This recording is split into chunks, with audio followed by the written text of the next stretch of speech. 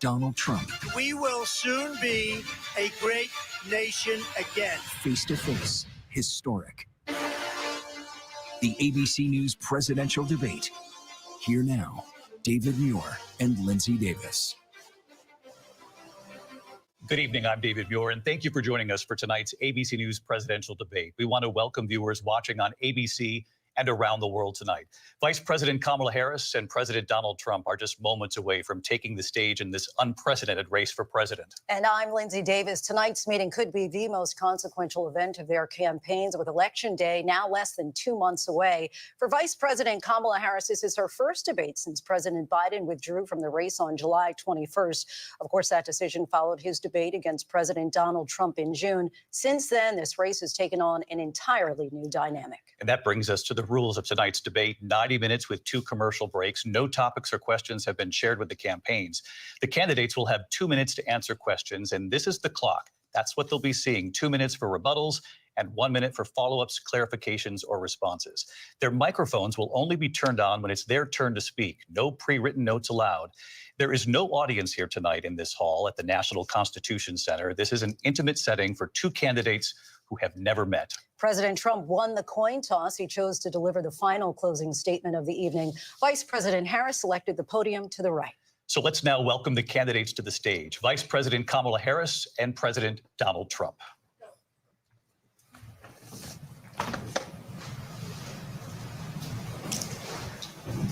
Kamala Harris. Let's have a good debate. Nice to see you. Have fun. Thank you. Welcome to you both. It's wonderful to have you. It's an honor to have you both here tonight. Good evening. We are looking forward to a spirited and thoughtful debate. So let's get started. I want to begin tonight with the issue that voters repeatedly say is their #1 issue, and that is the economy and the cost of living in this country. Vice President Harris, you and President Trump were elected 4 years ago, and your opponent on the stage here tonight often asks his supporters, are you better off than you were 4 years ago? When it comes to the economy, do you believe Americans are better off than they were 4 years ago? So I was raised as a middle-class kid, and I am actually the only person on this stage who has a plan that is about lifting up the middle class and working people of America. I believe in the ambition, the aspirations, the dreams of the American people. And that is why I imagine and have actually a plan to build what I call an opportunity economy. Because here's the thing. We know that we have a shortage of homes and housing, and the cost of housing is too expensive for far too many people. We know that young families need support to raise their children, and I intend on extending a tax cut for those families of $6,000, which is the largest child tax credit that we have given in a long time, so that those young families can afford to buy a crib, buy a car seat, buy clothes for their children.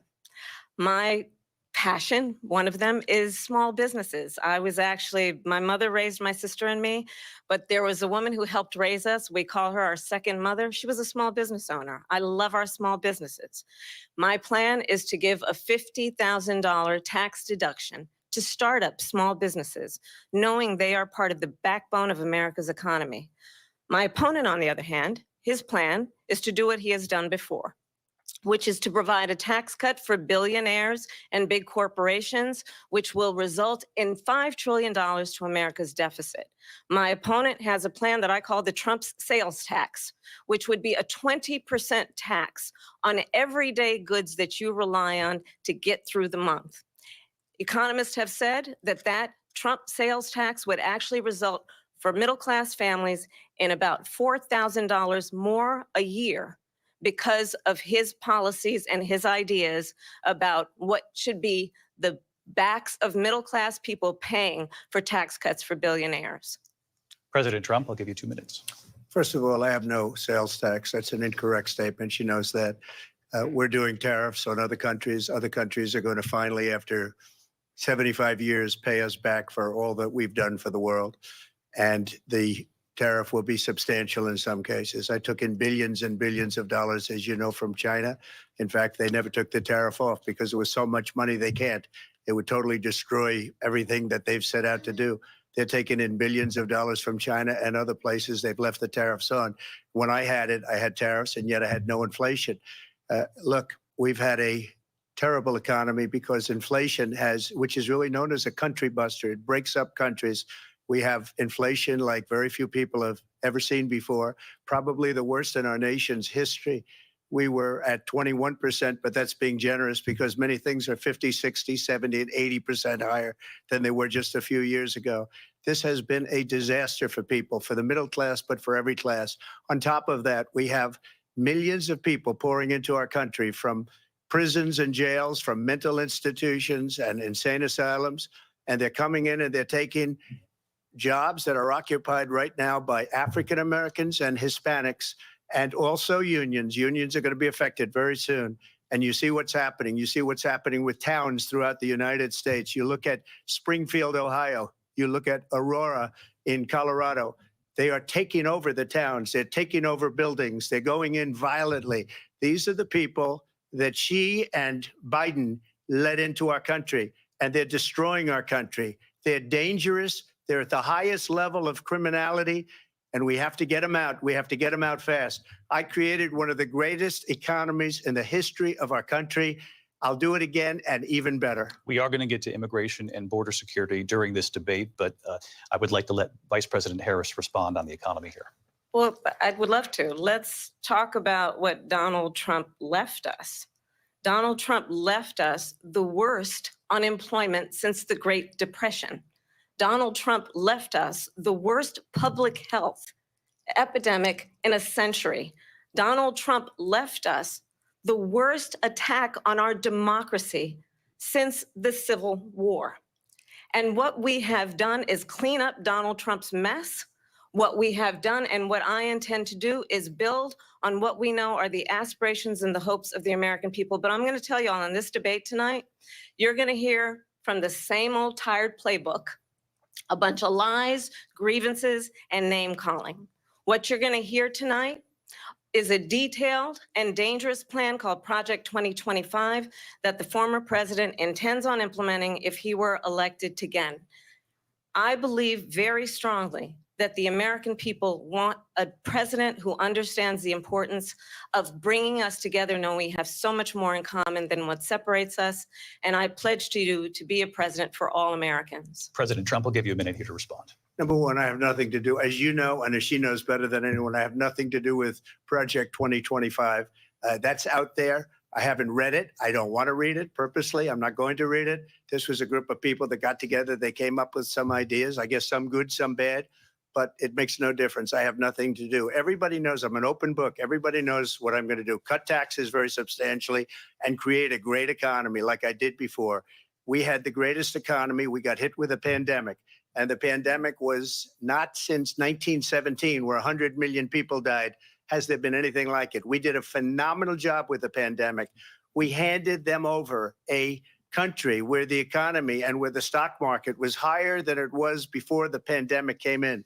Nobody's ever seen anything like it. We made ventilators for the entire world. We got gowns, we got masks, we did things that nobody thought possible. And people give me credit for rebuilding the military. They give me credit for a lot of things, but not enough credit for the great job we did with the pandemic. But the only jobs they got were bounce back jobs. These were jobs bounced back, and it bounced back and it went to their benefit. But I was the one that created them. They know it, and so does everybody else. Vice President Harris, I'll let you respond. So Donald Trump has no plan for you. And when you look at his economic plan, it's all about tax breaks for the richest people. I am offering what I describe as an opportunity economy. And the best economists in our country, if not the world, have reviewed our relative plans for the future of America. What Goldman Sachs has said is that Donald Trump's plan would make the economy worse. Mine would strengthen the economy. What the Wharton School has said is Donald Trump's plan would actually explode the deficit. 16 Nobel laureates have described his economic plan as something that would increase inflation and by the middle of next year would invite a recession. You just have to look at where we are and where we stand on the issues. And I'd invite you to know that Donald Trump actually has no plan for you because he is more interested in defending himself than he is in looking out for you. It's just a soundbite. They gave her that to say. Look, I went to the Wharton School of Finance, and many of those professors, the top professors, think my plan is a brilliant plan. It's a great plan. It's a plan that's going to bring up our worth, our value as a country. It's going to make people want to be able to go and work and create jobs and create a lot of good, solid money for our country. And just to finish off, she doesn't have a plan. She copied Biden's plan, and it's like 4 sentences, like run, spot, run.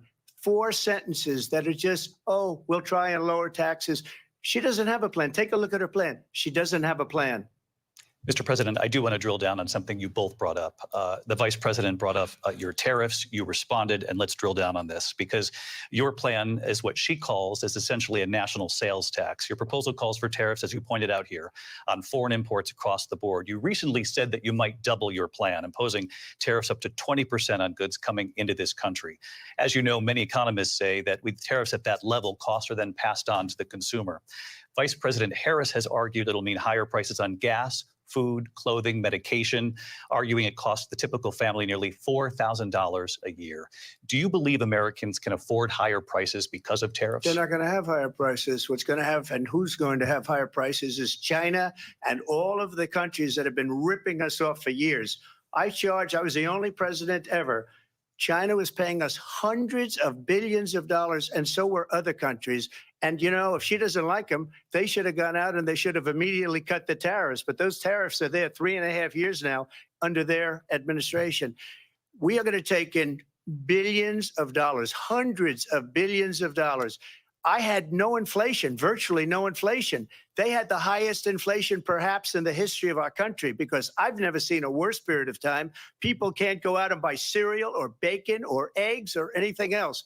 The people of our country are absolutely dying with what they've done. They've destroyed the economy. And all you have to do is look at a poll. The polls say 80 and 85 and even 90% that the Trump economy was great, that their economy was terrible. Vice President Harris, I do want to ask for your response, and you heard what the president said there, because the Biden administration did keep a number of the Trump tariffs in place. So how do you respond? Well, let's be clear that the Trump administration resulted in a trade deficit, one of the highest we've ever seen in the history of America.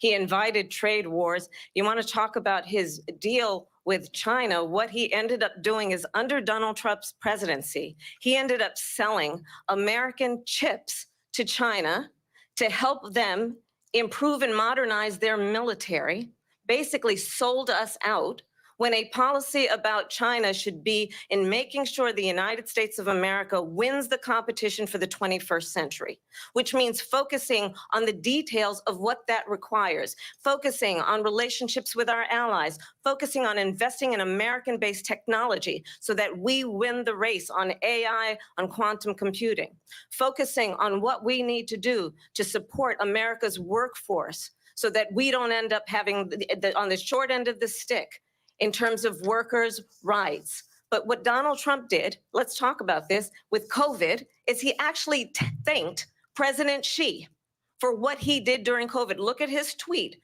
Thank you, President Xi, exclamation point, when we know that Xi was responsible for lacking and not giving us transparency about the origins of COVID.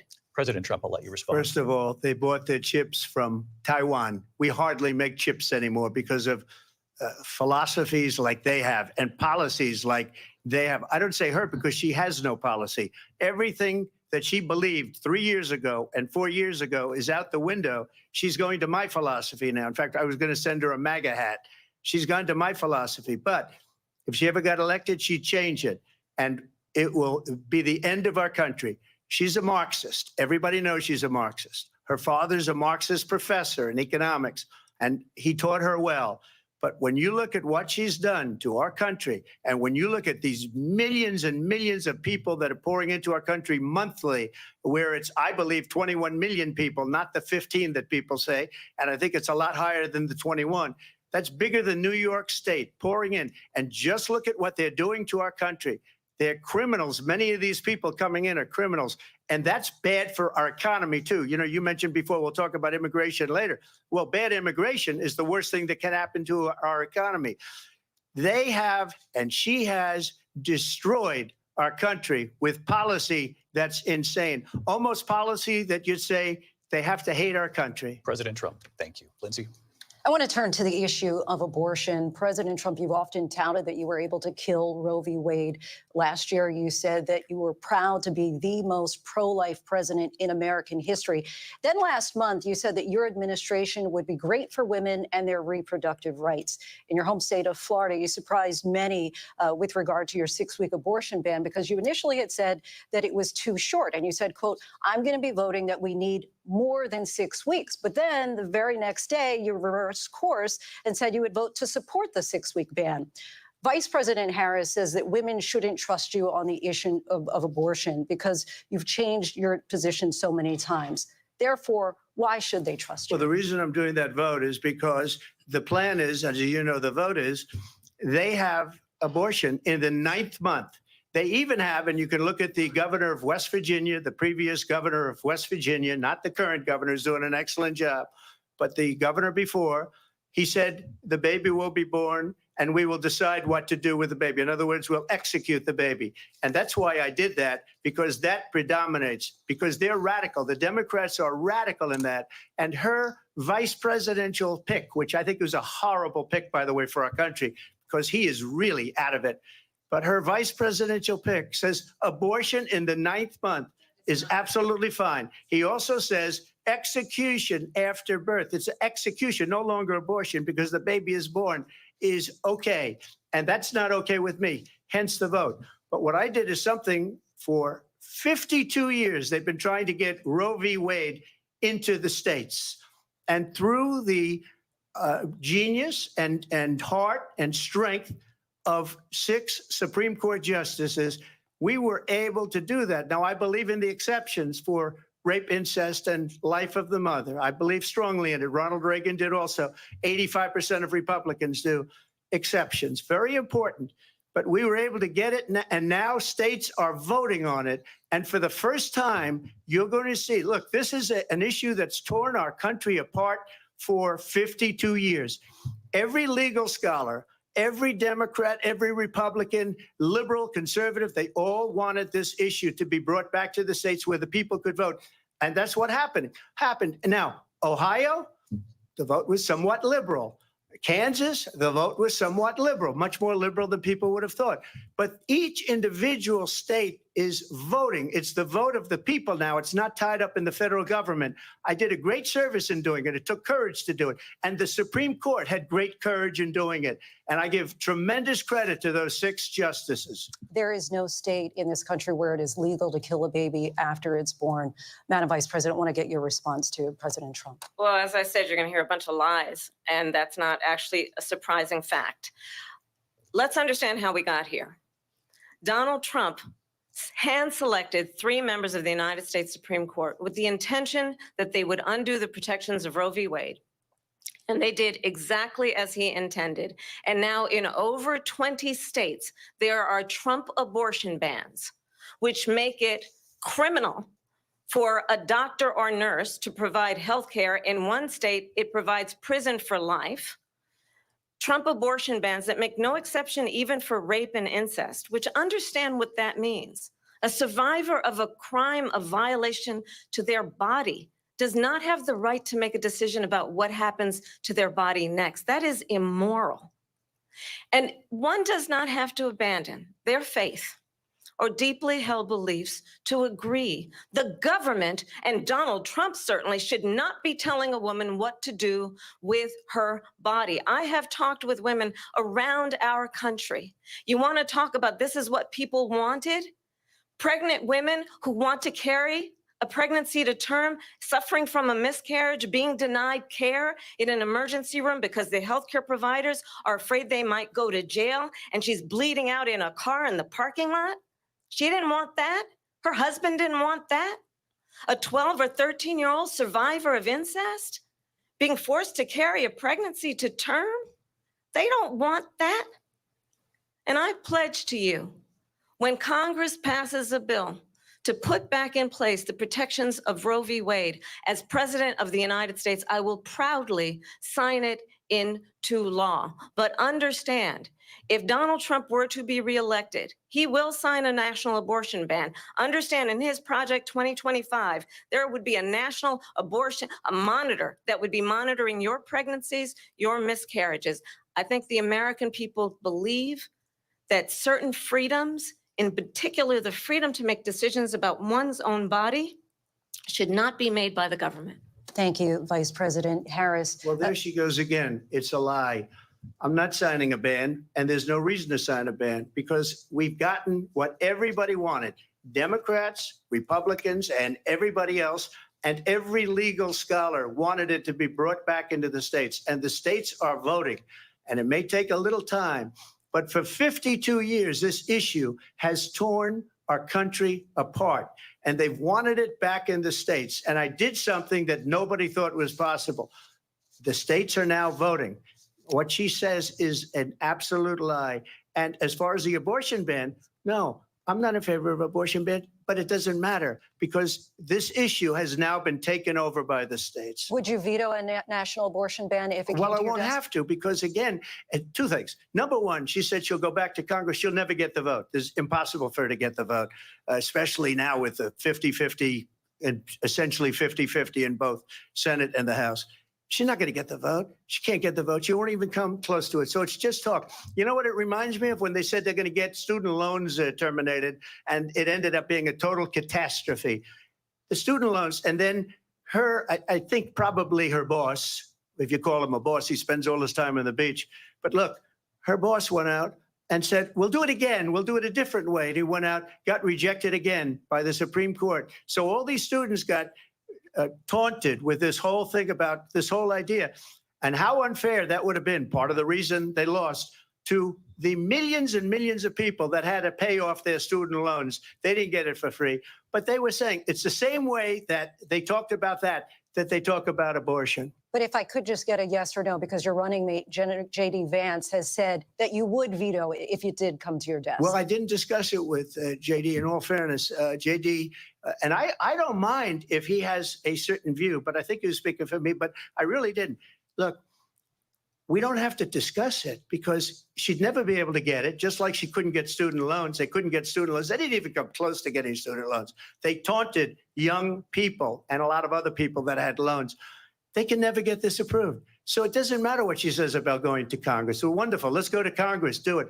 But the fact is that for years, they wanted to get it out of Congress and out of the federal government. And we did something that everybody said couldn't be done. And now you have a vote of the people on abortion.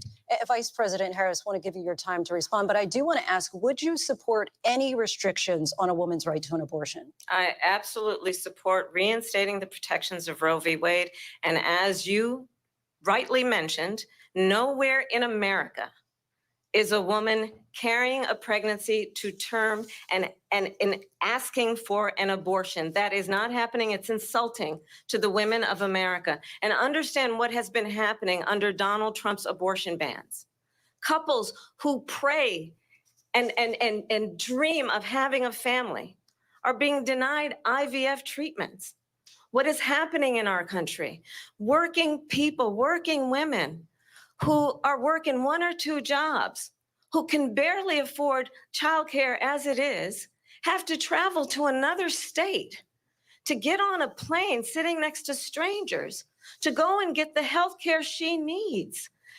Barely can afford to do it, and what you are putting her through is unconscionable.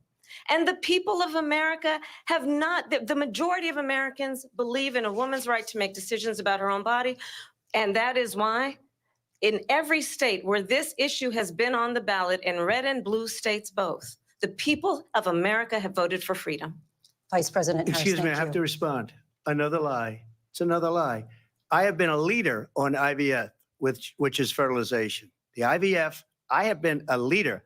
In fact, when they got a very negative decision on IVF from the Alabama courts, I saw the people of Alabama and the legislature 2 days later voted it in. I've been a leader on it. They know that, and everybody else knows it. I have been a leader on fertilization, IVF. And the other thing, they you should ask, will she allow abortion in the 8th month, 9th month, 7th month? Come on. Okay, would you do that?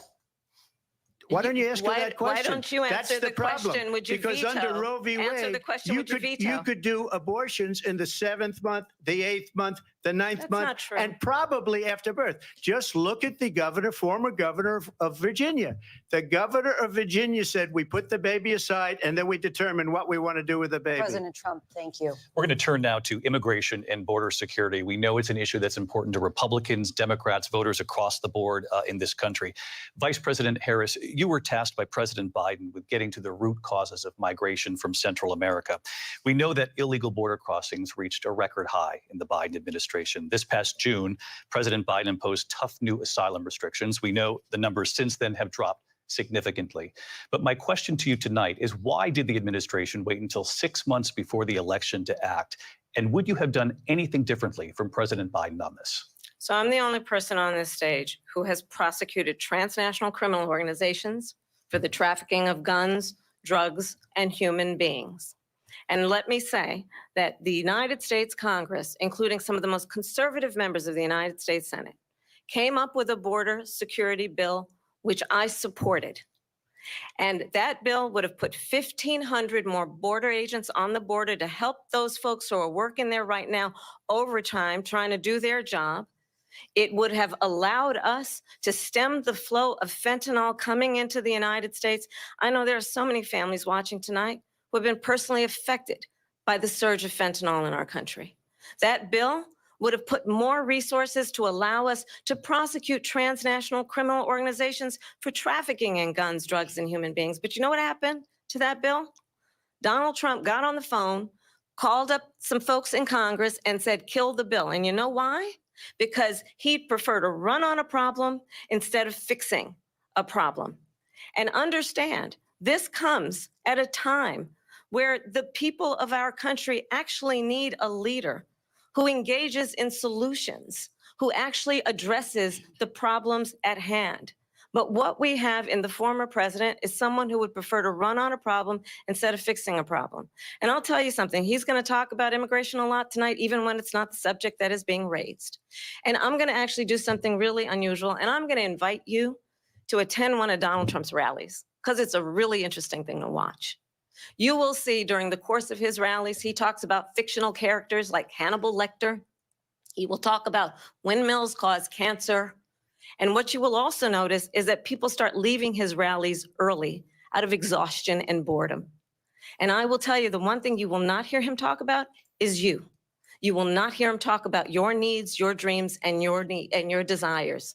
And I'll tell you, I believe you deserve a president who actually puts you first. And I pledge to you that I will. Vice President Harris, thank you. President Trump, on that point, I want to get your response. Well, I would like to respond. Let me just ask, though, why did you try to kill that bill, and successfully so? That would have put thousands of additional agents and officers on the border. First, let me respond as to the Please. rallies. She said people start leaving. People don't go to her rallies. There's no reason to go. And the people that do go, she's bussing them in and paying them to be there, and then showing them in a different light. So she can't talk about that. People don't leave my rallies. We have the biggest rallies, the most incredible rallies in the history of politics. That's because people want to take their country back. Our country is being lost. We're a failing nation. And it happened 3.5 years ago. And what's going on here, you're going to end up in World War III, just to go into another subject. What they have done to our country by allowing these millions and millions of people to come into our country, and look at what's happening to the towns all over the United States. And a lot of towns don't want to talk. It's not going to be Aurora or Springfield. A lot of towns don't want to talk about it because they're so embarrassed by it. In Springfield, they're eating the dogs, the people that came in. They're eating the cats. They're eating the pets of the people that live there. And this is what's happening in our country, and it's a shame. As far as rallies are concerned, as far as the reason they go is they like what I say. They want to bring our country back. They want to make America great again. It's a very simple phrase, make America great again. She's destroying this country, and if she becomes president, this country doesn't have a chance of success. Not only success, we'll end up being Venezuela on steroids. I just want to clarify here. You bring up Springfield, Ohio, and ABC News did reach out to the city manager there. He told us there have been no credible reports of specific claims of pets being harmed, injured, or abused by individuals within the immigrant community. Well, I've seen people on television. Let me just say here, this is the people on television say my dog was taken and used for food. So maybe he said that, and maybe that's a good thing to say for a city manager. I'm not taking this from but television. The people I'm on taking it from television the city saying manager. their dog was eaten by the people that went there. Again, the Springfield city manager says there's no evidence of that. Vice President Harris, I'll let you respond to the rest of what you've heard.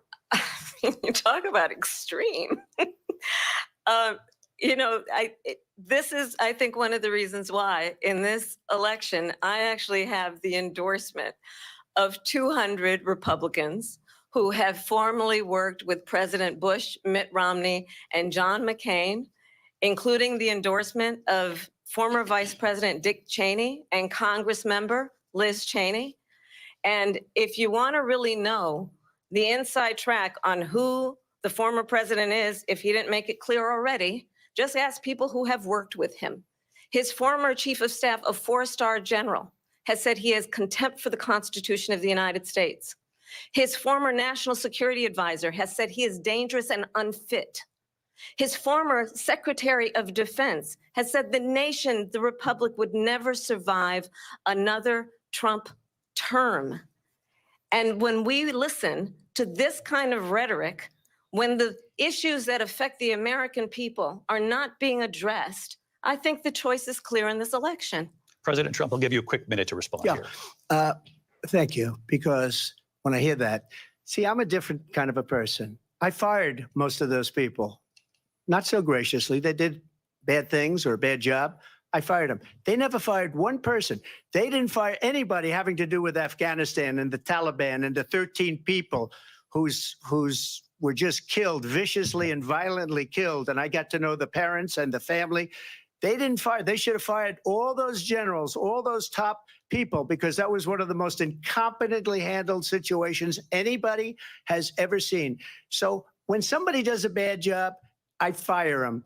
And you take a guy like Esper, he was no good, I fired him. So he writes a book. Another one writes a book, because with me, they can write books. With nobody else can they?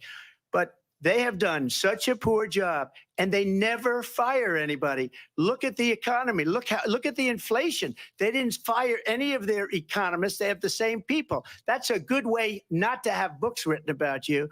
But just to finish, I got more votes than any Republican in history by far.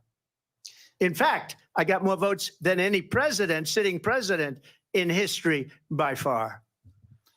Let me continue on immigration. It was what you wanted to talk about earlier. So let's get back to your deportation proposal that the vice president has reacted to as well.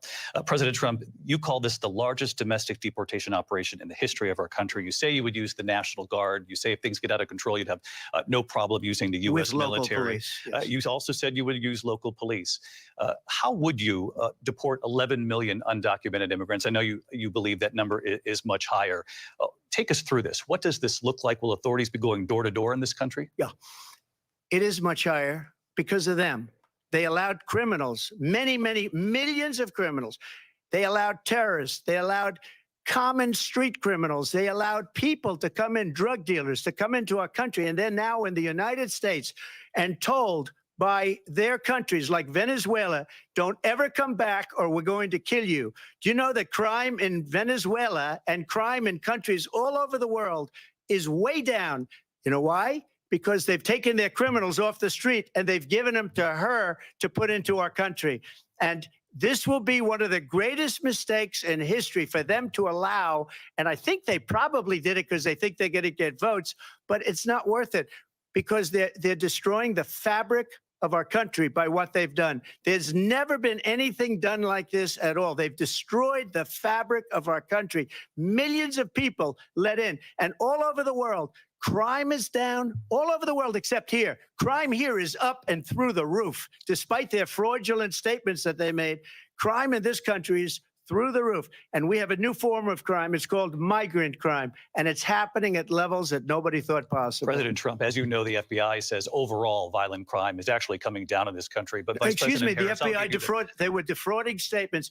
They didn't include the worst cities. They didn't include the cities with the worst crime. It was a fraud, just like their number of 818,000 jobs that they said they created turned out to be a fraud. President Trump, thank you. I'll let you respond, Vice President Harris. Well, I think this is so rich coming from someone who has been prosecuted for national security crimes, economic crimes, election interference, has been found liable for sexual assault, and his next big court appearance is in November at his own criminal sentencing.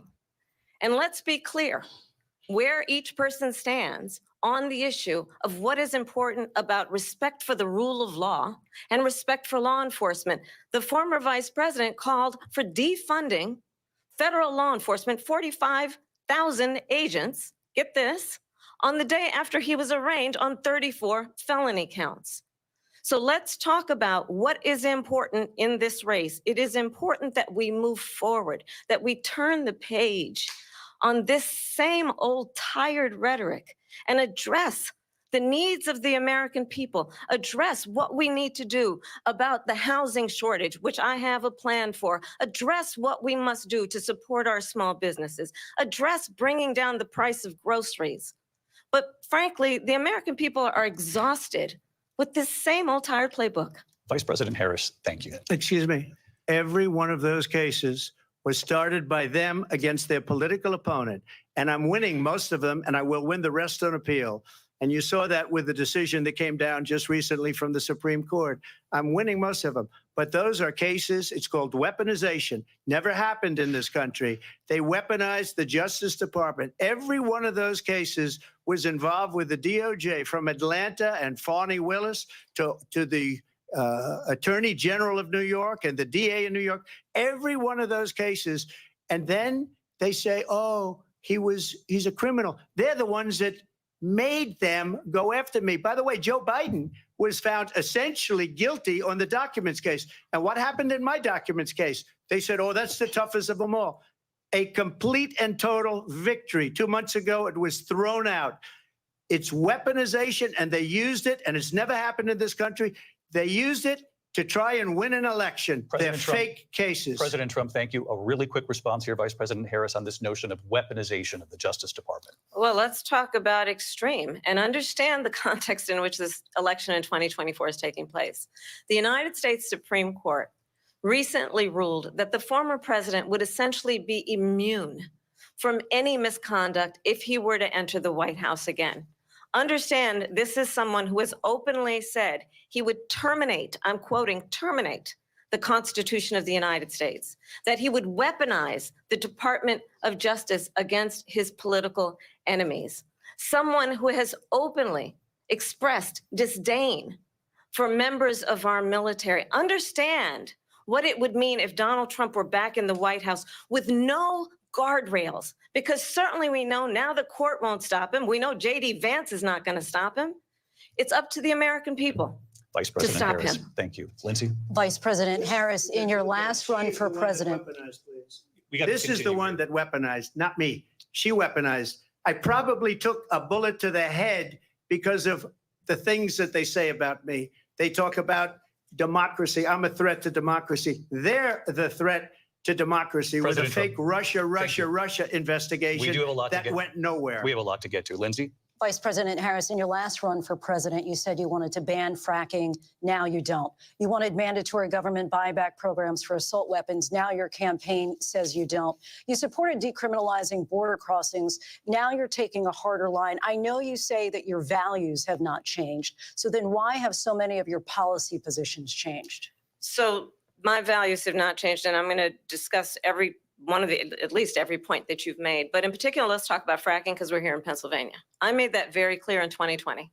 I will not ban fracking. I have not banned fracking as Vice President of the United States. And in fact, I was the tie-breaking vote on the Inflation Reduction Act, which opened new leases for fracking. My position is that we have got to invest in diverse sources of energy so we reduce our reliance on foreign oil. We have had the largest increase in domestic oil production in history because of an approach that recognizes that we cannot over-rely on foreign oil. As it relates to my values, let me tell you, I grew up a middle-class kid raised by a hardworking mother who worked and saved and was able to buy our first home when I was a teenager. The values I bring to the importance of home ownership, knowing not everybody got handed $400 million on a silver platter and then filed bankruptcy 6 times, is a value that I bring to my work to say we are going to work with the private sector and home builders to increase 3 million homes, increase by 3 million homes by the end of my first term. My work that is related to having a friend when I was in high school who was sexually assaulted by her stepfather. And my focus then on protecting women and children from violent crime is based on a value that is deeply grounded in the importance of standing up for those who are most vulnerable. My work that is about protecting Social Security and Medicare is based on longstanding work that I have done, protecting seniors from scams. My values have not changed. And what is important is that there is a president who actually brings values and a perspective that is about lifting people up and not beating people down and name calling. The true measure of the leader is the leader who actually understands the strength is not in beating people down, it's in lifting people up. I intend to be that president. President Trump, your Well, response? first of all, I wasn't given $400 million. I wish I was. My father was a Brooklyn builder, Brooklyn, Queens, and a great father, and I learned a lot from him. But I was given a fraction of that, a tiny fraction, and I built it into many, many billions of dollars, many, many billions. And when people see it, they are even surprised. So we don't have to talk about that. Fracking, she's been against it for 12 years. Defund the police, she's been against that forever. She gave all that stuff up very wrongly, very horribly, and everybody's laughing at it, okay? They're all laughing at it. She gave up at least 12 and probably 14 or 15 different policies. Like, she was big on defund the police. In Minnesota, she went out, wait a minute, I'm talking now, if you don't mind, please. Does that sound familiar? She went out in Minnesota and wanted to let criminals that killed people, that burned down Minneapolis, she went out and raised money to get them out of jail. She did things that nobody would ever think of. Now she wants to do transgender operations on illegal aliens that are in prison. This is a radical left liberal that would do this. She wants to confiscate your guns, and she will never allow fracking in Pennsylvania. If she won the election, fracking in Pennsylvania will end on day one. Just to finish, one thing so important in my opinion. So I got the oil business going like nobody has ever done before.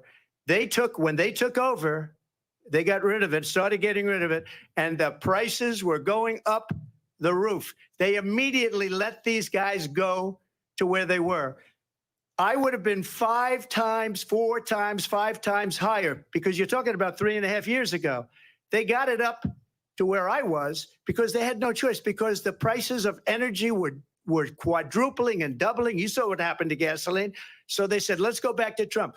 But if she won the election, the day after that election, they'll go back to destroying our country, and oil will be dead. Fossil fuel will be dead. We'll go back to windmills, and we'll go back to solar, where they need a whole desert to get some energy to come out. You ever see a solar plant? By the way, I'm a big fan of solar, but they take 400, 500 acres of desert President soil. Trump, we have a These lot are of not good issues things that we for the have to get to. environment that We're she out of time. understands. Thank you. Lindsay, thank you. We have an election in just 56 days. And I want to talk about the peaceful transfer of power, which, of course, we all know is a cornerstone of our democracy, and the role of a president in a moment of crisis. Mr. President, on January 6th, you told your supporters to march to the Capitol. You said you would be right there with them. The country and the world saw what played out at the Capitol that day, the officers coming under attack. Aides in the West Wing say you watched it unfold on television off the Oval Office. You did send out tweets, but it was more than 2 hours before you sent out that video message telling your supporters to go home. Is there anything you regret about what you did on that day? You just said a thing that isn't covered. Peacefully and patriotically, I said during my speech, not later on. peacefully and patriotically. And nobody on the other side was killed. Ashley Babbitt was shot by an out-of-control police officer that should have never, ever shot her. It's a disgrace. But we didn't do this group of people that have been treated so badly. I ask, what about all the people that are pouring into our country and killing people that she allowed to pour in? She was the border czar. Remember that. She was the border czar. She doesn't want to be called the border czar because she's embarrassed by the border. In fact, she said at the beginning, oh, I'm surprised you're not talking about the border yet. That's because she knows what a bad job they've done. What about those people? When are they going to be prosecuted? When are these people from countries all over the world, not just South America? They're coming in from all over the world, David, all over the world. And crime rates are down all over the world because of it. But let me just when are those, David, when are those people going to be prosecuted? When are the people that burned down Minneapolis going to be prosecuted? Or in Seattle? They went into Seattle. They took over a big percentage of the city of Seattle. When are those people going to be prosecuted? But let me just ask you. Might ask her that question. You were the president. You were watching it unfold on television. It's a very simple question as we move forward toward another election. Is there anything you regret about what you did on that day? Yes or no? I had nothing to do with that other than they asked me to make a speech. I showed up for a speech. I said, I think it's going to be big. I went to Nancy Pelosi and the mayor of Washington, D.C., and the mayor put it back in writing, as you know. I said, you know, this is going to be a very big rally or whatever you want to call it. And again, it wasn't done by me. It was done by others. I said, I'd like to give you 10,000 National Guard or soldiers. They rejected me. Nancy Pelosi rejected me. It was just 2 weeks ago. Her daughter has a tape of her saying she is fully responsible for what happened. They want to get rid of that tape. It would have never happened if Nancy Pelosi and the mayor of Washington did their jobs. I wasn't responsible for security. Nancy Pelosi was responsible. She didn't do her job. The question was about you as president, not about former Speaker Pelosi, but I do want Vice President Harris to respond here. I was at the Capitol on January 6th. I was the vice president-elect. I was also an acting senator. I was there. And on that day, the president of the United States incited a violent mob to attack our nation's capital, to desecrate our nation's capital. On that day, 140 law enforcement officers were injured, and some died. And understand, the former president has been indicted and impeached for exactly that reason. But this is not an isolated situation. Let's remember Charlottesville, where there was a mob of people carrying tiki torches, spewing anti-Semitic hate. And what did the president then at the time say? There were fine people on each side. Let's remember that when it came to the Proud Boys, a militia, the president said, the former president said, stand back and stand by. So for everyone watching who remembers what January 6th was, I say, we don't have to go back. Let's not go back. We're not going back. It's time to turn the page. And if that was a bridge too far for you, well, there is a place in our campaign for you to stand for country, to stand for our democracy, to stand for rule of law, and to end the chaos, and to end the approach that is about attacking the foundations of our democracy because you don't like the outcome. And be clear on that point. Donald Trump, the candidate, has said in this election there will be a bloodbath if this and the outcome of this election is not to his liking. Let's turn the page on this. Let's not go back. Let's chart a course for the future and not go backwards to the past. Let me just follow up here. It was a different term, and it was a term that related to energy because they have destroyed our energy business. That was where bloodbath was. Also, on Charlottesville, that story has been, as you would say, debunked. Laura Ingraham, Sean Hannity, Jesse, all of these people, they covered it. If they go an extra sentence, they will see it was perfect. It was debunked in almost every newspaper, but they still bring it up, just like they bring 2025 up. They bring all of this stuff up. I ask you this, you talk about the Capitol. Why are we allowing these millions of people to come through on the southern border. How come she's not doing anything? And I'll tell you what I would do, and I would be very proud to do it. I would say we would both leave this debate right now. I'd like to see her go down to Washington, D.C. during this debate, because we're wasting a lot of time. Go down to, because she's been so bad, it's so ridiculous. Go down to Washington, D.C. and let her sign a bill to close up the border, because they have the right to do it. They don't need bills. They have the right to do it. The president of the United States, you'll get him out of bed. You'll wake him up at 4 o'clock in the afternoon. Right. You'll say, come on down to the office. Let's sign a bill. If he signs a bill that the border is closed, all he has to do is say it to the Border Patrol, who are phenomenal.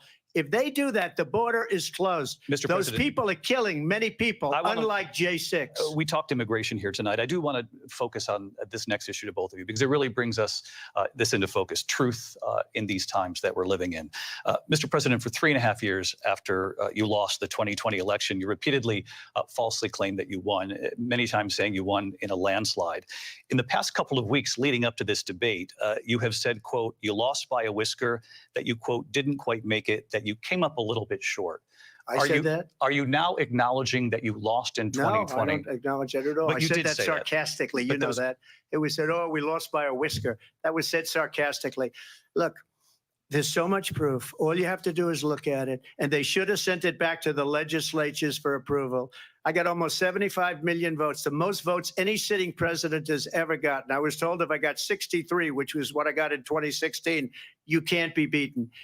The election, people should never be thinking about it. An election is fraudulent. We need two things. We need walls. And we have to have it. We have to have borders, and we have to have good elections. Our elections are bad. And a lot of these illegal immigrants coming in, they're trying to get them to vote. They can't even speak English. They don't even know what country they're in practically. And these people are trying to get them to vote. And that's why they're allowing them to come into our country. I did watch all of these pieces of video. I didn't detect the sarcasm, lost by a whisker. We didn't quite make it. And we should just point out here as clarification, and you know this, you and your allies, 60 cases in front of many judges, many of them Republican. No judge looked at it. And said they said we didn't have standing. That's the other thing. They said we didn't have standing, a technicality. Can you imagine a system where a person in an election doesn't have standing? The president of the United States doesn't have standing. That's how we lost. If you look at the facts, and I'd love to have you'll do a special on it. I'll show you Georgia, and I'll show you Wisconsin, and I'll show you Pennsylvania, and I'll show you.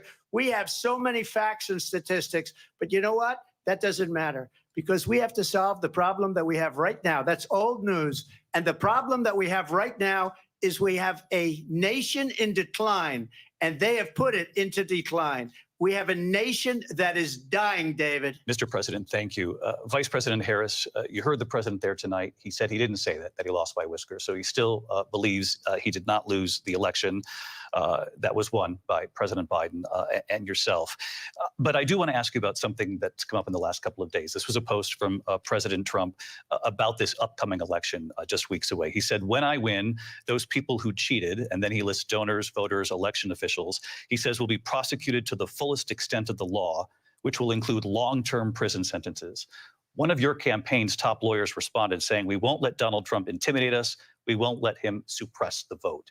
Is that what you believe he's trying to do here? Donald Trump was fired by 81 million people. So let's be clear about that. And clearly he is having a very difficult time processing that. But we cannot afford to have a president of the United States who attempts, as he did in the past, to upend the will of the voters in a free and fair election. And I'm going to tell you that I have traveled the world as Vice President of the United States, and world leaders are laughing at Donald Trump. I have talked with military leaders, some of whom worked with you, and they say you're a disgrace. And when you then talk in this way in a presidential debate and deny what over and over again are court cases you have lost because you did, in fact, lose that election, it leads one to believe that perhaps we do not have in the candidate to my right the temperament or the ability to not be confused about fact. That's deeply troubling, and the American people deserve better. I'll give you 1 minute to respond, Mr. President. Let me just say about world leaders. Viktor Orban, one of the most respected men, they call him a strong man. He's a tough person, smart, Prime Minister of Hungary. They said, why is the whole world blowing up? 3 years ago, it wasn't. Why is it blowing up? He said, because you need Trump back as president. They were afraid of him. China was afraid, and I don't like to use the word afraid, but I'm just quoting him. China was afraid of him. North Korea was afraid of him. Look at what's going on with North Korea, by the way. He said Russia was afraid of him. I ended the Nord Stream 2 pipeline, and Biden put it back on day one, but he ended the XL pipeline. The XL pipeline in our country, he ended that. But he let the Russians build a pipeline going all over Europe and heading into Germany, the biggest pipeline in the world. Look, Viktor Orban said it. He said the most respected, most feared person is Donald Trump. We had no problems when Trump was president.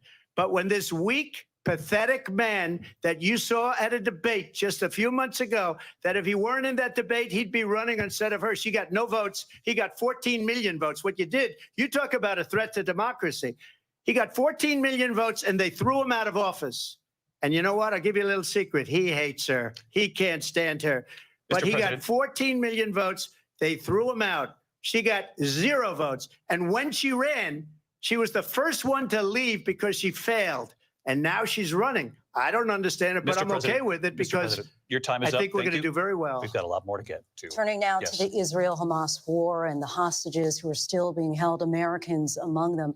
Vice President Harris, in December, you said, quote, Israel has a right to defend itself, but you added, quote, it matters how, saying international humanitarian law must be respected. Israel must do more to protect innocent civilians. You said that 9 months ago. Now an estimated 40,000 Palestinians are dead. Nearly 100 hostages remain. Just last week, Prime Minister Benjamin Netanyahu said there's not a deal in the making. President Biden has not been able to break through the stalemate. How would you do it? Well, let's understand how we got here. On October 7, Hamas, a terrorist organization, slaughtered 1,200 Israelis. Many of them young people who were simply attending a concert. Women were horribly raped. And so absolutely, I said then, I say now, Israel has a right to defend itself. We would. And how it does so matters, because it is also true, far too many innocent Palestinians have been killed. Children, mothers.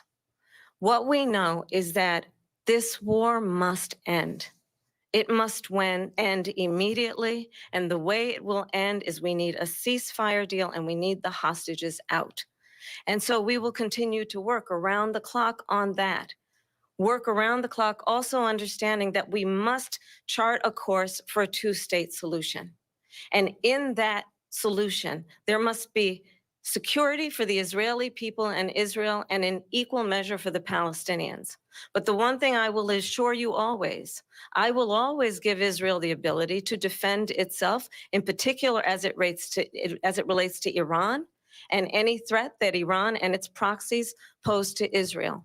But we must have a two-state solution where we can rebuild Gaza, where the Palestinians have security, self-determination, and the dignity they so rightly deserve.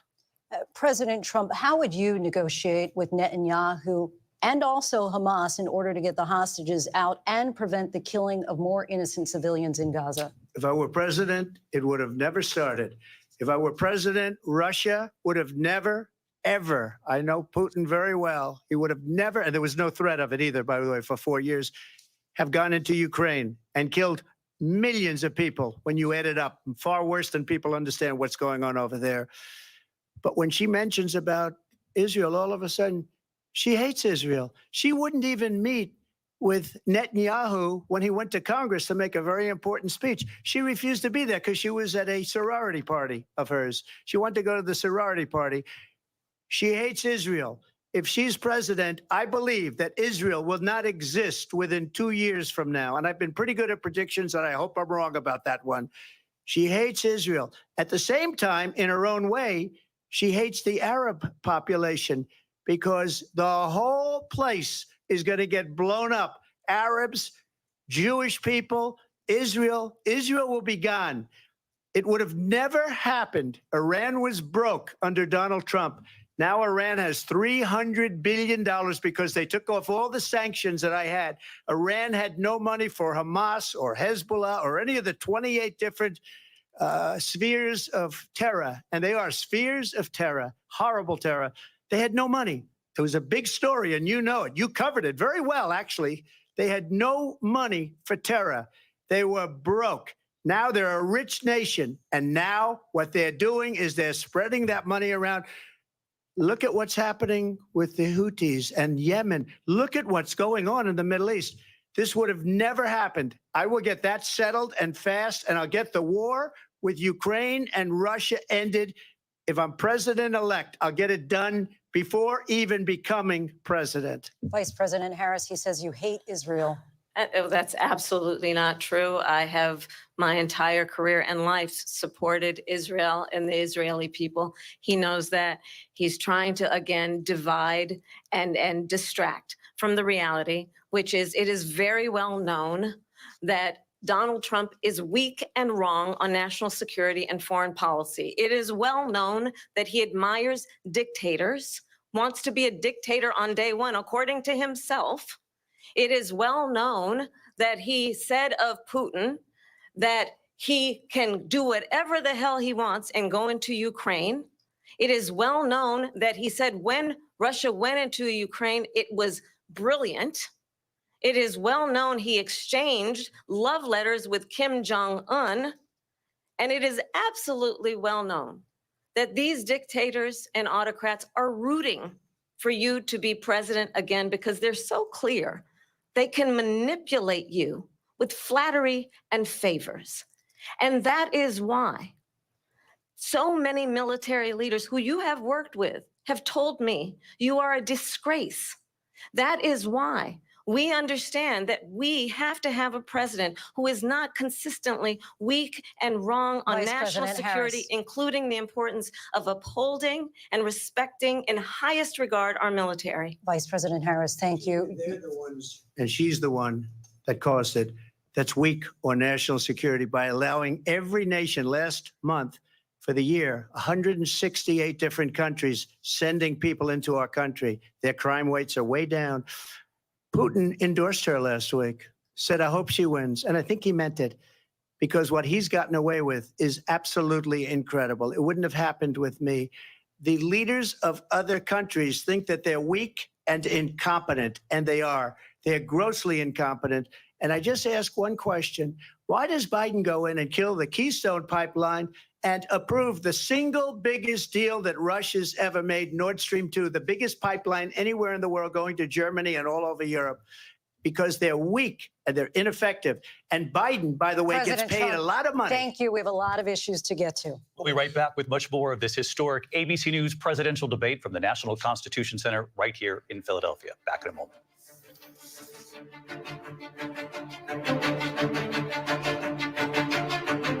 The ABC News presidential debate will continue after this.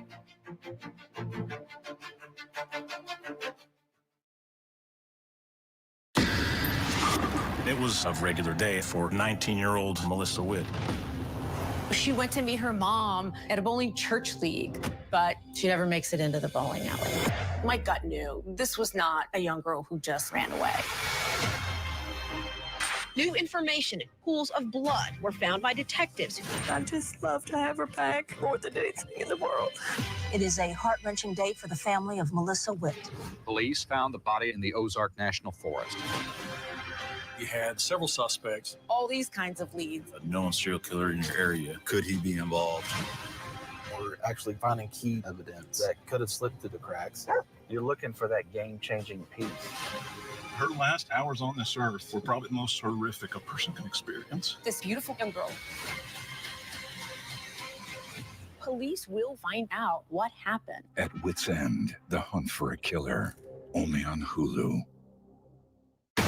Baywatch is a fantasy. When you hear that theme song, it was a wild time, and I was a wild chick. Jason Momoa exploded. Carmen was a bombshell. Pamela Anderson was an icon. I'm really proud of everything I've done. Almost. Baywatch was a whirlwind of epic highs and bitter lows. Everyone likes to watch sexy things. You're 24. He's 54. Yeah. It just seemed like I had met my soulmate. You fired 4 times. Friday, 2020 is all new. The 32-year-old former ballerina, the center of the so-called Black Swan trial. Here we go. You haven't spoken out before. Why did you decide to talk now? The stunning all-new 2020 premieres Friday at 9/8 Central on ABC. Hey, good morning, America. Good morning, America. Good morning, America. Are you ready?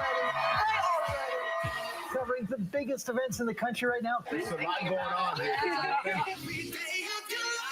You don't just see it, you feel it. I'm in. I'm in. I'm in too. I am here and so happy. I'm in too. Michael, George, Clara, Ginger.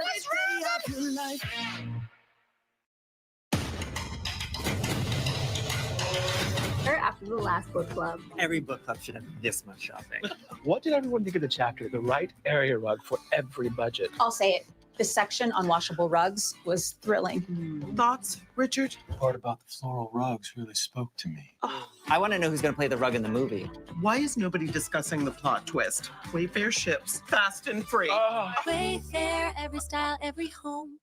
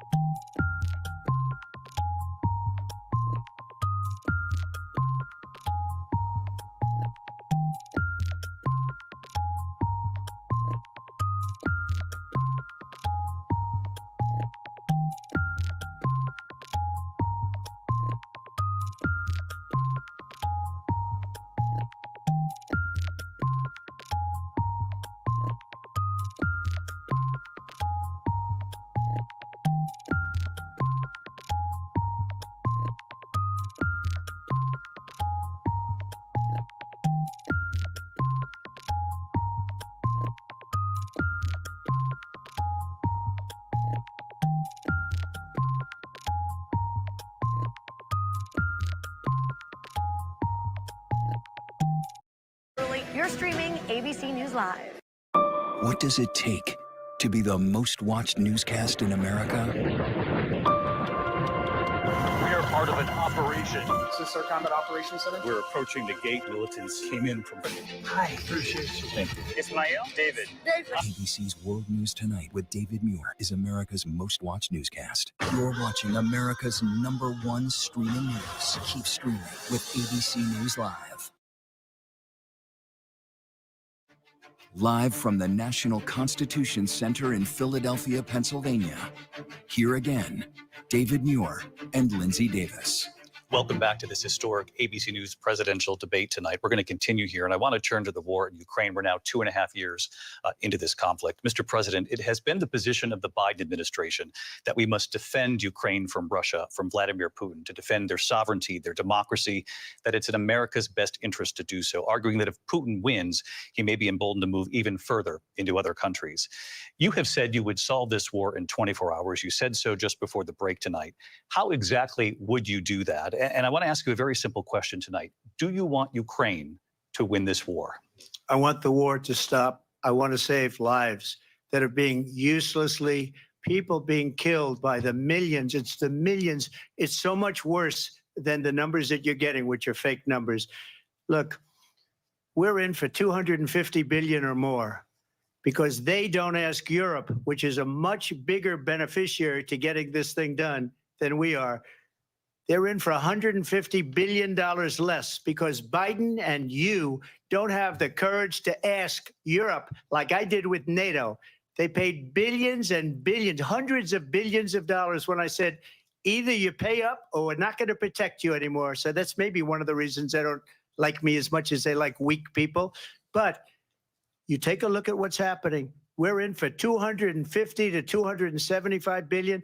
They're into 100 to 150. They should be forced to equalize. With that being said, I want to get the war settled. I know Zelensky very well, and I know Putin very well. I have a good relationship, and they respect your president, okay? They respect me. They don't respect Biden. How would you respect him? Why? For what reason?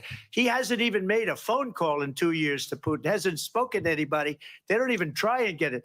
That is a war that's dying to be settled. I will get it settled before I even become president. If I win, when I'm president-elect, and what I'll do is I'll speak to one, I'll speak to the other, I'll get them together. That war would have never happened. And in fact, when I saw Putin after I left, unfortunately left because our country has gone to hell. But after I left, when I saw him building up soldiers, he did it after I left. I said, oh, he must be negotiating. It must be a good, strong point of negotiation. Well, it wasn't, because Biden had no idea how to talk to him. He had no idea how to stop it. And now you have millions of people dead, and it's only getting worse, and it could lead to World War III. Don't kid yourself, David. We're playing with World War III, and we have a president that we don't even know if he's. Where is our president? We don't even know if he's a president. And just to clarify they here, threw him out of a campaign like a dog. We don't even know. Is he our president? But we have a president, Mr. President, that doesn't know he's alive. your time is up. Just to clarify in the question, do you believe it's in the U.S. best interest for Ukraine to win this war, yes or no? I think it's the U.S. best interest to get this war finished and just get it done. All right. Negotiate a deal, because we have to stop all of these human lives from being destroyed. I want to take this to Vice President Harris. I want to get your thoughts on support for Ukraine in this moment, but also as Commander-in-Chief, if elected, how would you deal with Vladimir Putin, and would it be any different from what we're seeing from President Biden? Well, first of all, it's important to remind the former president, you're not running against Joe Biden, you're running against me. I believe the reason that Donald Trump says that this war would be over within 24 hours is because he would just give it up. And that's not who we are as Americans. Let's understand what happened here. I actually met with Zelensky a few days before Russia invaded, tried through force to change territorial boundaries, to defy one of the most important international rules and norms, which is the importance of sovereignty and territorial integrity. And I met with President Zelensky. I shared with him American intelligence about how he could defend himself. Days later, I went to NATO's eastern flank, to Poland and Romania. And through the work that I and others did, we brought 50 countries together to support Ukraine in its righteous defense. And because of our support, because of the air defense, the ammunition, the artillery, the javelins, the Abrams tanks that we have provided, Ukraine stands as an independent and free country. If Donald Trump were president, Putin would be sitting in Kyiv right now. And understand what that would mean, because Putin's agenda is not just about Ukraine. Understand why the European allies and our NATO allies are so thankful that you are no longer president, and that we understand the importance of the greatest military alliance the world has ever known, which is NATO, and what we have done to preserve the ability of Zelensky and the Ukrainians to fight for their independence. Otherwise, Putin would be sitting in Kyiv with his eyes on the rest of Europe, starting with Poland. And why don't you tell the 800,000 Polish Americans right here in Pennsylvania how quickly you would give up for the sake of favor and what you think is a friendship with what is known to be a dictator who would eat you for lunch. Vice President Harris, thank you. We've heard from both of you on Ukraine tonight. Afghanistan came up in the last hour. I wanted her to respond to something you said earlier, and please, I'll give you a minute here. Putin would be sitting in Moscow, and he wouldn't have lost 300,000 men and women, but he would have been sitting in Moscow. Quiet, please. He would have been sitting in Moscow, much happier than he is right now. But eventually, you know, he's got a thing that other people don't have. He's got nuclear weapons. They don't ever talk about that. He's got nuclear weapons. Nobody ever thinks about that. And eventually, maybe he'll use them, and maybe he hasn't been that threatening, but he does have that. Something we don't even like to talk about. Nobody likes to talk about it. But just so you understand, they sent her to negotiate peace before this war started. 3 days later, he went in and he started the war, because everything they said was weak and stupid. They said the wrong things. That war should have never started. She was the emissary. They sent her in to negotiate with Zelensky and Putin, and she did. And the war started 3 days later. And that's the kind of talent we have with her. She's worse than Biden. In my opinion, I think he's the worst president in the history of our country. She goes down as the worst vice president in the history of our country. But let me tell you something. She is a horrible negotiator. They sent her in to negotiate. As soon as they left, Putin did the invasion. President Trump, thank you. You did bring up something. You said she went to negotiate with Vladimir Putin. Vice President Harris, have you ever met Vladimir Putin? Can you clarify tonight? Yet again, I said it at the beginning of this debate, you're going to hear a bunch of lies coming from this fellow. And that is another one. When I went to meet with President Zelensky, I've now met with him over 5 times. The reality is it has been about standing as America always should, as a leader upholding international rules and norms, as a leader who shows strength, understanding that the alliances we have around the world are dependent on our ability to look out for our friends and not favor our enemies because you adore strongmen instead of caring about democracy. And that is very much what is at stake here. The President of the United States is commander-in-chief. And the American people have a right to rely on a president who understands the significance of America's role and responsibility in terms of ensuring that there is stability and ensuring we stand up for our principles and not sell them for the benefit of personal flattery. We've talked about Ukraine and Vladimir Putin. I do want to talk about Afghanistan. It came up in the first hour of this debate. I want to move on to Afghanistan. Stoltenberg said Trump did the most amazing thing I've ever seen. He got these countries, the 28 countries at the time, to pay up. He said, I've never seen. He's the head of NATO. He said, I've never seen. For years, we were paying almost all of NATO. We were being ripped off by European nations, both on trade and on NATO. I got them to pay up by saying one of the statements you made before, if you don't pay, we're not going to protect you. President Otherwise, Trump. we would have never gotten it. He said it was one of the most incredible jobs that he's ever seen done. Thank you. I want to turn to Afghanistan. It came up in the first hour of the debate, and we witnessed a poignant moment today on Capitol Hill, honoring the soldiers who died in the chaotic withdrawal from Afghanistan. I do want to ask the Vice President, do you believe you bear any responsibility in the way that withdrawal played out? Well, I will tell you, I agreed with President Biden's decision to pull out of Afghanistan. 4 presidents said they would, and Joe Biden did. And as a result, America's taxpayers are not paying the $300 million a day we were paying for that endless war. And as of today, there is not one member of the United States military who is in active duty in a combat zone in any war zone around the world, the first time this century. But let's understand how we got to where we are. Donald Trump, when he was president, negotiated one of the weakest deals you can imagine. He calls himself a deal maker. Even his national security advisor said it was a weak, terrible deal. And here's how it went down. He bypassed the Afghan government. He negotiated directly with a terrorist organization called the Taliban. The negotiation involved the Taliban getting 5,000 Taliban terrorists released. And get this, and the president at the time invited the Taliban to Camp David, a place of storied significance for us as Americans, a place where we honor the importance of American diplomacy, where we invite and receive respected world leaders. And this former president, as president, invited them to Camp David because he does not again appreciate the role and responsibility of the President of the United States to be commander-in-chief with a level of respect. And this gets back to the point of how he has consistently disparaged and demeaned members of our military, fallen soldiers, and the work that we must do to uphold the strength and the respect of the United States of America around the world. Vice President Harris, thank you. President Trump, your response to her saying that you began the negotiations with the Taliban. So if you take a look at that period of time, the Taliban was killing our soldiers, a lot of them, with snipers. And I got involved with the Taliban because the Taliban was doing the killing. That's the fighting force within Afghanistan. They don't bother doing that because, you know, they deal with the wrong people all the time. But I got involved. And Abdul is the head of the Taliban. He is still the head of the Taliban.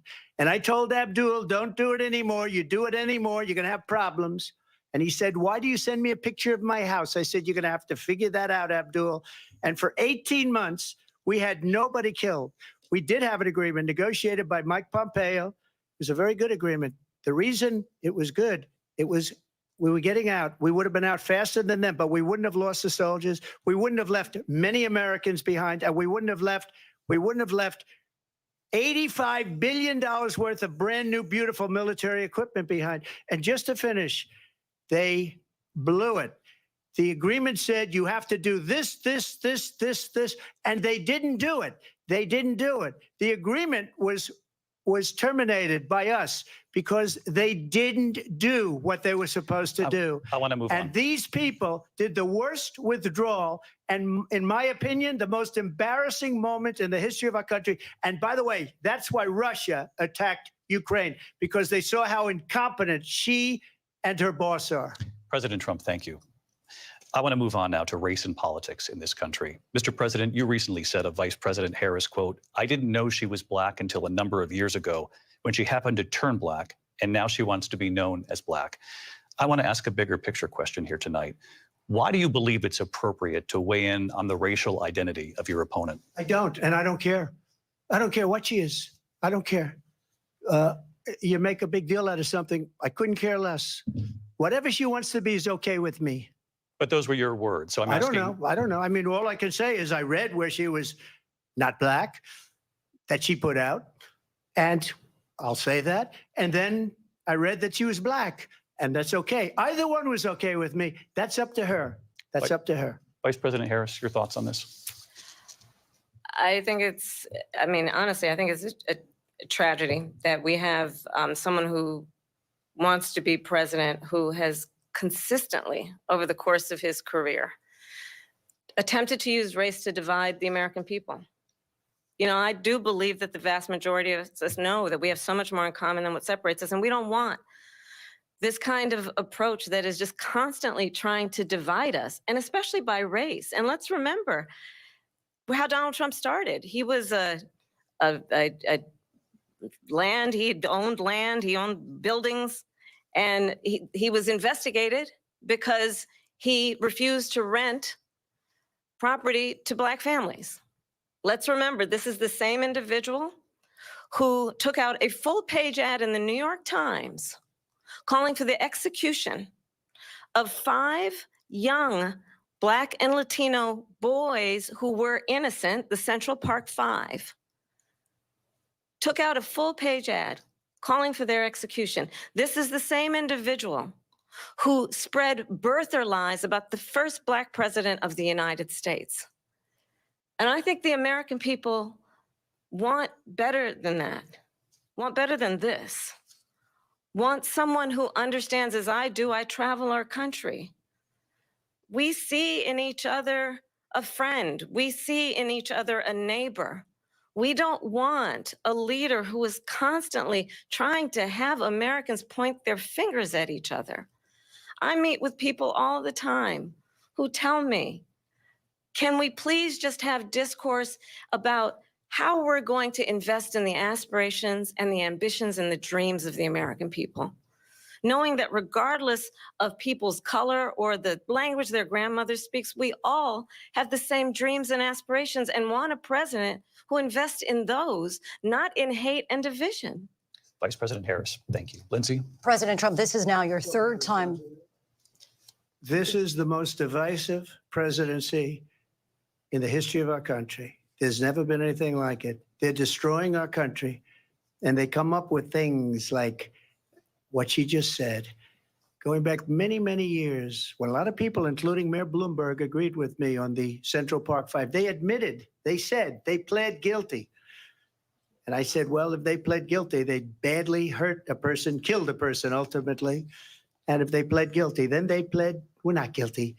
But this is a person that has to stretch back years, 40, 50 years ago, because there's nothing now. I built one of the greatest economies in the history of the world, and I'm going to build it again. It's going to be bigger, better, and stronger. But they're destroying our economy. They have no idea what a good economy is.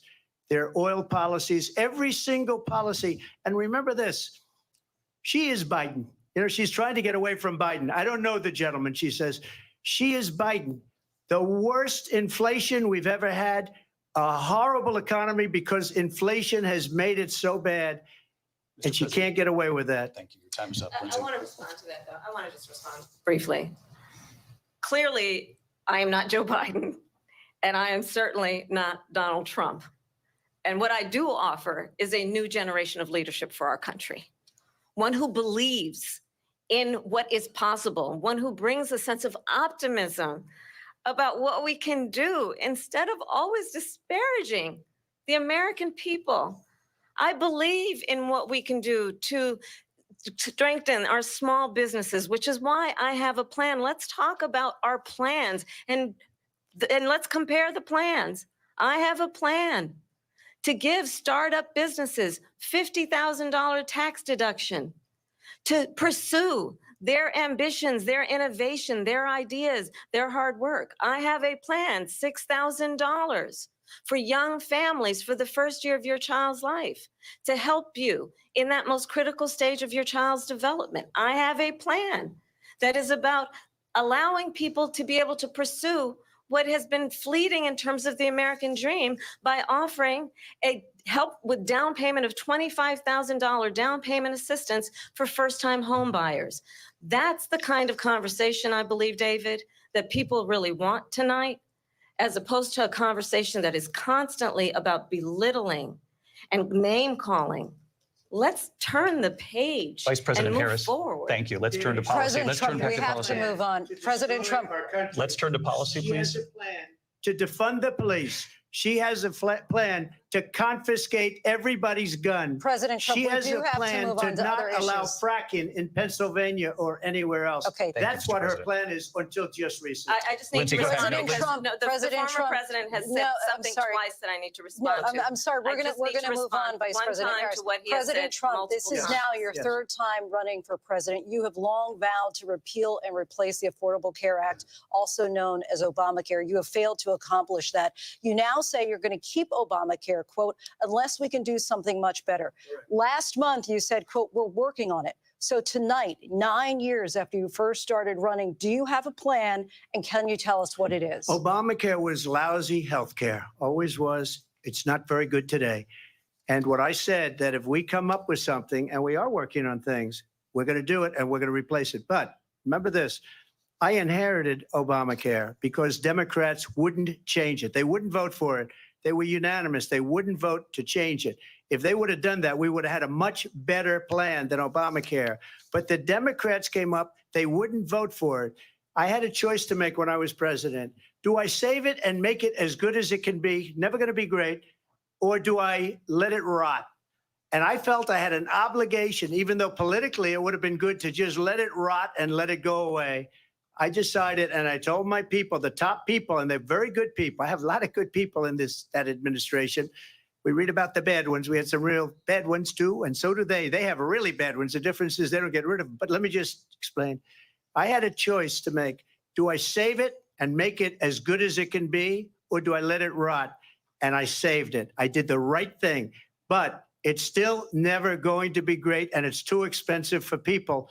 And what we will do is we're looking at different plans. If we can come up with a plan that's going to cost our people, our population, less money and be better health care than Obamacare, then I would absolutely do it. But until then, I'd run it as good as it can be run. So just a yes or no, you still do not have a plan. I have concepts of a plan. I'm not president right now. But if we come up with something, I would only change it if we come up with something that's better and less expensive.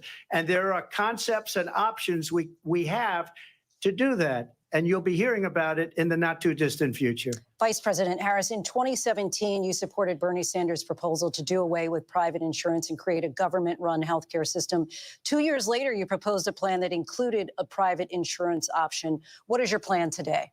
Well, first of all, I absolutely support, and over the last 4 years as vice president, private healthcare options. But what we need to do is maintain and grow the Affordable Care Act. But I'll get to that, Lindsay. I just need to respond to a previous point that the former president has made. I've made very clear my position on fracking. And then this business about taking everyone's guns away. Tim Walz and I are both gun owners. We're not taking anybody's guns away. So stop with the continuous lying about this stuff. As it relates to the Affordable Care Act, understand, just look at the history to know where people stand. When Donald Trump was president, 60 times he tried to get rid of the Affordable Care Act. 60 times. I was a senator at the time when I will never forget the early morning hours when it was up for a vote in the United States Senate. And the late, great John McCain, who you have disparaged as being you don't like him, you said at the time, because he got caught. He was an American hero. The late, great John McCain, I will never forget that night, walked onto the Senate floor and said, no, you don't. No, you don't. No, you don't get rid of the Affordable Care Act. You have no plan. And what the Affordable Care Act has done is eliminate the ability of insurance companies to deny people with pre-existing conditions. I don't have to tell the people watching tonight, you remember what that was like? Remember when an insurance company could deny if a child had asthma, if someone was a breast cancer survivor, if a grandparent had diabetes? And thankfully, as I've been vice president and we over the last 4 years have strengthened the Affordable Care Act, we have allowed for the first time Medicare to negotiate drug prices on behalf of you, the American people. Donald Trump said he was going to allow Medicare to negotiate drug prices. He never did. We did. And now we have capped the cost of insulin at $35 a month. Since I've been vice president, we have capped the cost of prescription medication for seniors at $2,000 a year. And when I am president, we will do that for all people, understanding that the value I bring to this is that access to health care should be a right and not just a privilege of those who can afford it. And the plan has to be to strengthen the Affordable Care Act, not get rid of it. Vice Fastest President prologue Harris, thank in terms you. of where Donald Trump stands on that. I want to move to an issue that's important for a She lot made of a mistake. Number one, John McCain fought Obamacare for 10 years. But it wasn't only him. It were all of the Democrats that kept it going. And you know what? We can do much better than Obamacare, much less money. But she won't improve private insurance for people, private medical insurance. That's another thing she doesn't want to get. President People Trump. are paying privately for insurance that have worked hard and made money, and they want to have private. She wants everybody to be on government insurance where you wait 6 months for an operation that you need immediately. President Trump, thank you. We have another issue that we'd like to get to that's important for a number of Americans, in particular younger voters, and that's climate change. President Trump, with regard to the environment, you say that we have to have clean air and clean water. Vice President Harris, you call climate change an existential threat. The question to you both tonight is, what would you do to fight climate change? And Vice President Harris, we'll start with you. 1 minute for you each. Well, the former president had said that climate change is a hoax. And what we know is that it is very real. You ask anyone who lives in a state who has experienced these extreme weather occurrences, who now is either being denied home insurance or it's being jacked up. You ask anybody who has been the victim of what that means in terms of losing their home, having nowhere to go. We know that we can actually deal with this issue. The young people of America care deeply about this issue. And I am proud that as vice president over the last 4 years, we have invested $1 trillion in a clean energy economy, while we have also increased domestic gas production to historic levels. We have created over 800,000 new manufacturing jobs while I have been vice president. We have invested in clean energy to the point that we are opening up factories around the world. Donald Trump said he was going to create manufacturing jobs. He lost manufacturing jobs. And I'm also proud to have the endorsement of the United Auto Workers and Sean Fain, who also know that part of building a clean energy economy includes investing in American-made products, American automobiles. It includes growing what we can do around American manufacturing and opening up auto plants, not closing them like happened under Donald Trump. Vice President Harris, thank you. That didn't happen under Donald Trump. Let me just tell you, they lost 10,000 manufacturing jobs this last month. They're all leaving. They're building big auto plants in Mexico, in many cases owned by China. They're building these massive plants, and they think they're going to sell their cars into the United States because of these people. What they have given to China is unbelievable. But we're not going to let that. We'll put tariffs on those cars so they can't come into our country, because they will kill the United Auto Workers and any auto worker, whether it's in Detroit or South Carolina or any other place. What they've done to business and manufacturing in this country is horrible. We have nothing because they refuse. You know, Biden doesn't go after people because supposedly China paid him millions of dollars. He's afraid to do it. Between him and his son, they get all this money from Ukraine. They get all this money from all of these different countries. And then you wonder, why is he so loyal to this one, that one, Ukraine, China? Why is he? Why did he get $3.5 million from the mayor of Moscow's wife? Why did she pay him $3.5 million? This is a crooked administration, and they're selling our country down the tubes. President Trump, thank you. Thank you. We'll be right back with closing statements from both of our candidates. An historic night, this ABC News presidential debate from Philadelphia. Back in a moment.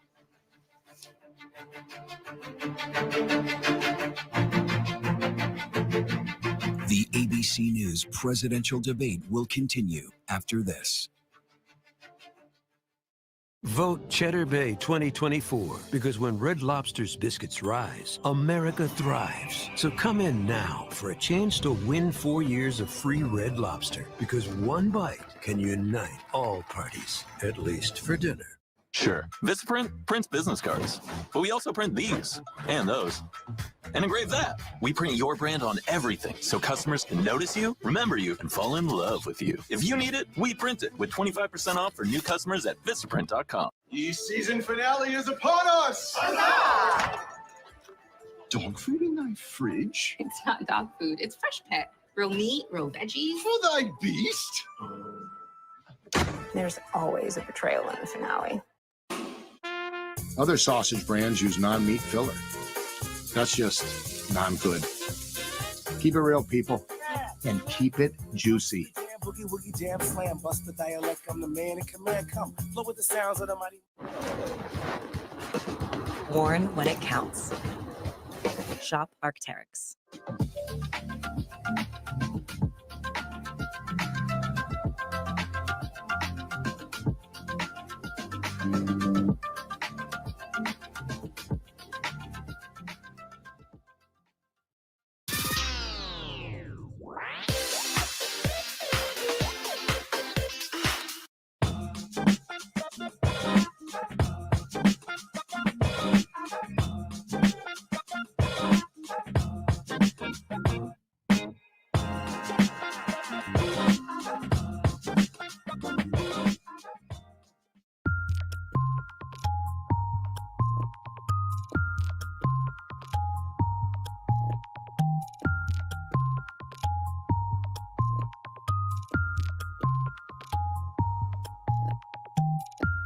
Central on ABC.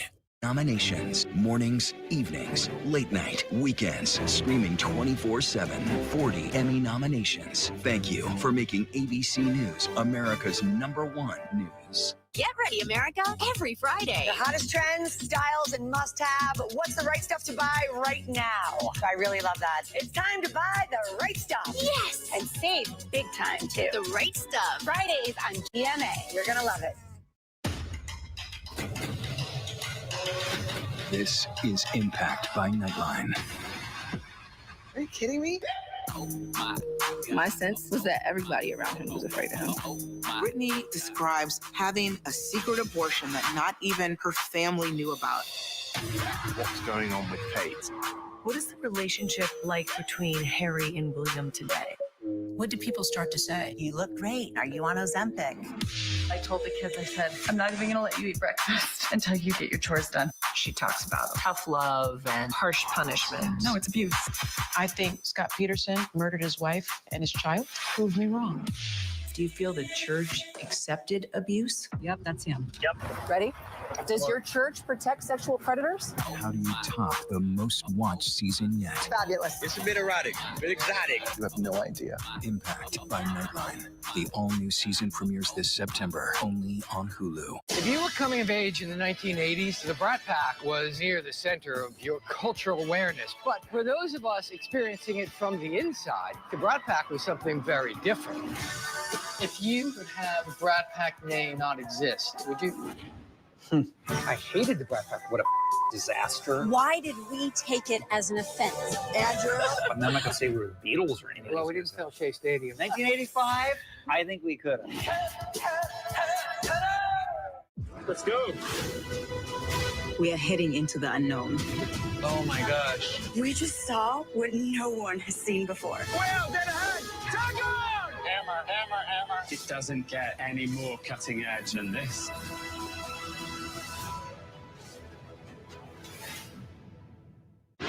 Reporting from the floor of the Republican National Convention, I'm Rachel Scott. Wherever the story is, we'll take you there. You're streaming ABC News Live. Live from the National Constitution Center in Philadelphia, Pennsylvania. Here again, David Muir and Lindsay Davis. Welcome back tonight. The time has come for closing statements, and Vice President Harris, we begin with you. So I think you've heard tonight two very different visions for our country. One that is focused on the future, and the other that is focused on the past, and an attempt to take us backward.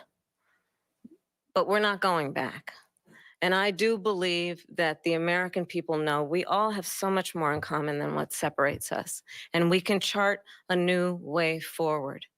And a vision of that includes having a plan, understanding the aspirations, the dreams, the hopes, the ambition of the American people, which is why I intend to create an opportunity economy, investing in small businesses, in new families, in what we can do around protecting seniors, what we can do that is about giving hardworking folks a break and bringing down the cost of living. I believe in what we can do together that is about sustaining America's standing in the world and ensuring that we have the respect that we so rightly deserve, including respecting our military and ensuring we have the most lethal fighting force in the world. I will be a president that will protect our fundamental rights and freedoms, including the right of a woman to make decisions about her own body and not have her government tell her what to do. I'll tell you, I started my career as a prosecutor. I was a DA, I was an attorney general, a United States senator, and now vice president. I've only had one client, the people. And I'll tell you, as a prosecutor, I never asked a victim or a witness, are you a Republican or a Democrat? The only thing I ever asked them, are you okay? And that's the kind of president we need right now. Someone who cares about you and is not putting themselves first. I intend to be a president for all Americans and focus on what we can do over the next 10 and 20 years to build back up our country by investing right now in you, the American people. Vice President Harris, thank you. President Trump? So she just started by saying she's going to do this, she's going to do that, she's going to do all these wonderful things. Why hasn't she done it? She's been there for 3.5 years. They've had 3.5 years to fix the border. They've had 3.5 years to create jobs and all the things we talked about. Why hasn't she done it? She should leave right now, go down to that beautiful White House, go to the Capitol, get everyone together and do the things you want to do, but you haven't done it and you won't do it because you believe in things that the American people don't believe in. You believe in things like we're not going to frack. We're not going to take fossil fuel. We're not going to do things that are going to make this country strong, whether you like it or not. Germany tried that, and within 1 year, they were back to building normal energy plants. We're not ready for it. We can't sacrifice our country for the sake of bad vision. But I just ask one simple question. Why didn't she do it? We're a failing nation. We're a nation that's in serious decline. We're being laughed at all over the world. All over the world, they're laughed. I know the leaders very well. They're coming to see me. They call me. We're laughed at all over the world. They don't understand what happened to us as a nation. We're not a leader. We don't have any idea what's going on. We have wars going on in the Middle East. We have wars going on with Russia and Ukraine. We're going to end up in a third world war, and it'll be a war like no other because of nuclear weapons, the power of weaponry. I rebuilt our entire military. She gave a lot of it away to the Taliban. She gave it to Afghanistan. What these people have done to our country, and maybe toughest of all, is allowing millions of people to come into our country. Many of them are criminals, and they're destroying our country. The worst president, the worst vice president in the history of our country. President Trump, thank you. And that is our ABC News presidential debate from here in Philadelphia at the National Constitution Center. I'm Lindsay Davis. And I'm David Muir. Thank you for watching here in the U.S. and all over the world, and from all of us here at ABC News. Good night. Thank you. And we are here live on ABC with our post-debate comments. I'm Martha Raddatz. It was a lively debate, from the economy to abortion to Afghanistan.